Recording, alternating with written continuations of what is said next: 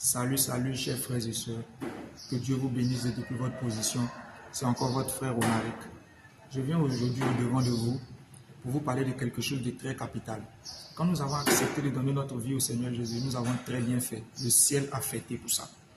Mais il y a une erreur que la plupart des chrétiens commettent. Vous savez, quand nous donnons nos vies au Seigneur, il y a quelque chose qu'on doit suivre. La plupart du temps, nous ne suivons pas ça. Et nous nous retrouvons dans un autre schéma. Tu vas prendre ta Bible dans le livre d'Ésaïe 26, le verset 4. Je vais lire.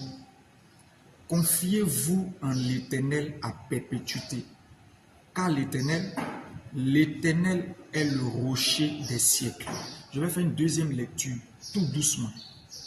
Confiez-vous en l'Éternel à perpétuité, car l'Éternel est le rocher des siècles. Que Dieu bénisse sa parole une fois de plus. Bien-aimés, voilà ce que Dieu nous demande. Et que lorsque nous décidons de donner nos vies au Seigneur Jésus, nous devons nous confier en lui. Vous savez, se confier, c'est comme prêter. C'est comme donner pour que la personne puisse user de ça. La personne puisse utiliser. Donc tu donnes. Je confie mon enfant. Je prête mon enfant, je donne mon enfant. Si on peut dire pendant un temps. Donc se confier en l'Éternel est différent aussi de se confier à l'Éternel. Nous nous confions à des personnes où tu peux donner peut-être ton secret de voyager à ton ami. Tu peux donner ton secret d'entreprendre à ta famille. Mais lorsqu'il s'agit de se confier en, c'est différent. Car il s'agit là de donner l'intégralité de ta vie. C'est-à-dire te donner à 100%. C'est-à-dire t'offrir à Jésus. C'est ce que ça veut dire. Et là, la Bible nous demande à nous tous de nous confier en l'Éternel. C'est-à-dire de prendre notre vie là et de mettre ça en Jésus. De donner cadeau. Et qu'il fasse de nous ce qu'il a envie de faire. Car lui ne se trompe jamais, bien-aimé. Le Seigneur Jésus ne se trompe pas. Il sait déjà, car il dit dans sa parole que j'ai des projets de paix et de bonheur pour vous. Dieu a déjà prévu tout pour nos vies. Si tu veux décider de souffrir, ça n'engage que toi. Si tu veux décider d'accomplir de grandes choses ici-bas sur terre et même là-bas dans le ciel, alors Jésus est aussi la porte. Et bien aimé, nous devons lui donner nos vies à 100%. Le problème du chrétien est que quand il commence à venir à l'église, il se laisse influencer par les responsabilités qu'on lui donne. J'ai jamais vu des gens qui sont accrochés au titre que le chrétien. Ils aiment les responsabilités. Il est responsable de jeunesse. Il est le président de jeunesse. Il est le secrétaire. Il brandit ça avec fierté. Il ne joue pas le rôle, mais il ne laisse pas. On est accroché au titre. Et que quand on vient à l'église, on nous dit, bon, tu es responsable des jeunes filles. On crée un poste pour toi. La plupart du temps, c'est pour te gagner. C'est pour que tu t'accroches. Mais ne reste pas là à cette place. Tu donnes toute l'intégralité de ta vie au Seigneur. Tout ton cœur, tu donnes ça au Seigneur. Et tu vas voir que tu vas compter sur lui. Pour quelqu'un qui a donné totalement sa vie à Dieu, il compte que sur Dieu. Il ne regarde ni à gauche, ni à droite. Il ne regarde seulement que Jésus-Christ de Nazareth. Mais nous, notre problème, nous sommes concentrés par les hommes. Le pasteur, c'est un humain. Je vais te dire quelque chose, bien aimé. Quand nous venons à Jésus, c'est parce que nous sommes malades.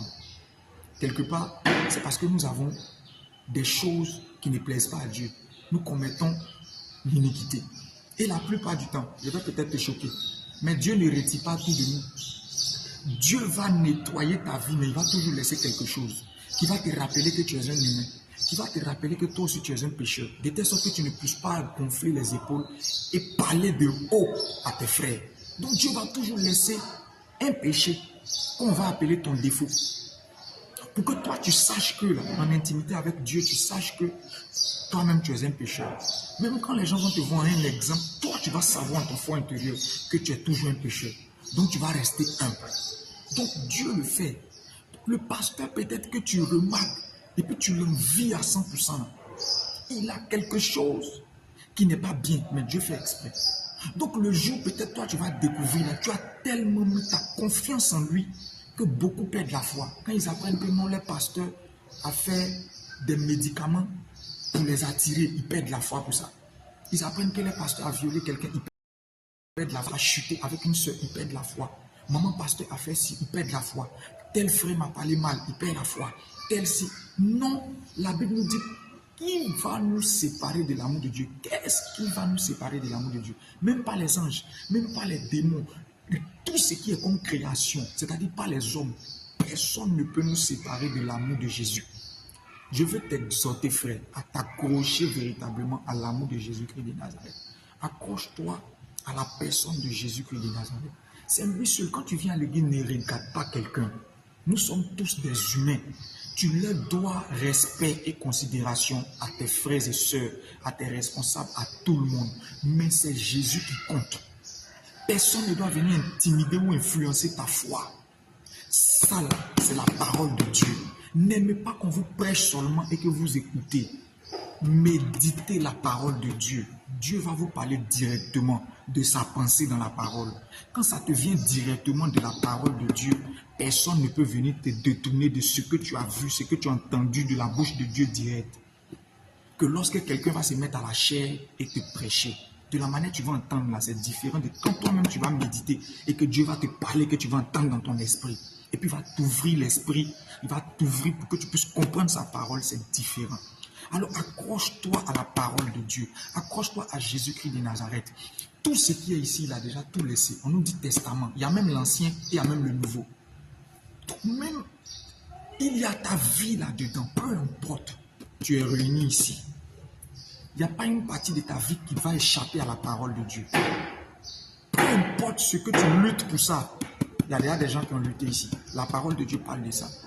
Alors accroche-toi à la parole de Dieu. Accroche-toi à Jésus. Ne t'accroche pas aux hommes. Je vois des gens qui dépendent à 100% même des pasteurs pour voyager. Il faut que le pasteur soit au courant, que le pasteur prie pour lui pour que lui voyage.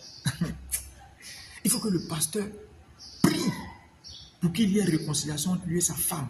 Il faut que le pasteur soit au courant de toute votre vie, l'éducation de vos enfants. Il y a quel problème?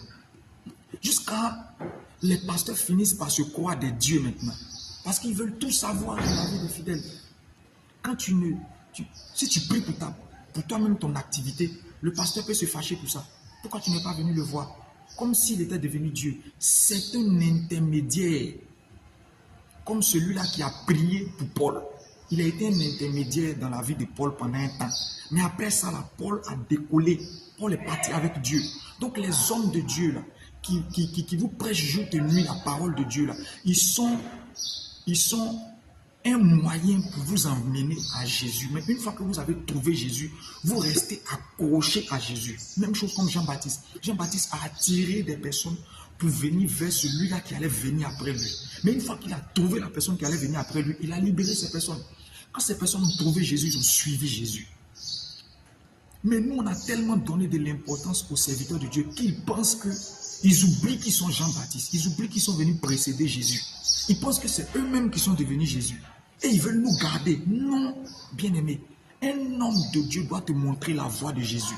Quand tu viens le voir, peut-être la première fois, il peut prier pour toi parce que tu es tout nouveau bébé. Mais arrivé à un certain âge dans la foi chrétienne, il doit te diriger vers la prière. Va prier. Papa, j'ai fait tel songe, va prier, Dieu va t'expliquer. Papa, je ne comprends pas, va prier, Dieu va t'expliquer. Il doit t'emmener à aimer la présence de Dieu. Moi, je bénis le Seigneur pour le Père spirituel qu'il m'a donné, qui est très simple. Il t'emmène à une intimité. Et quand c'est comme ça, tu prends ton envol très rapidement. Alors accroche-toi au Seigneur Jésus. Accroche-toi vraiment au Seigneur Jésus. Que Dieu te bénisse. Amen.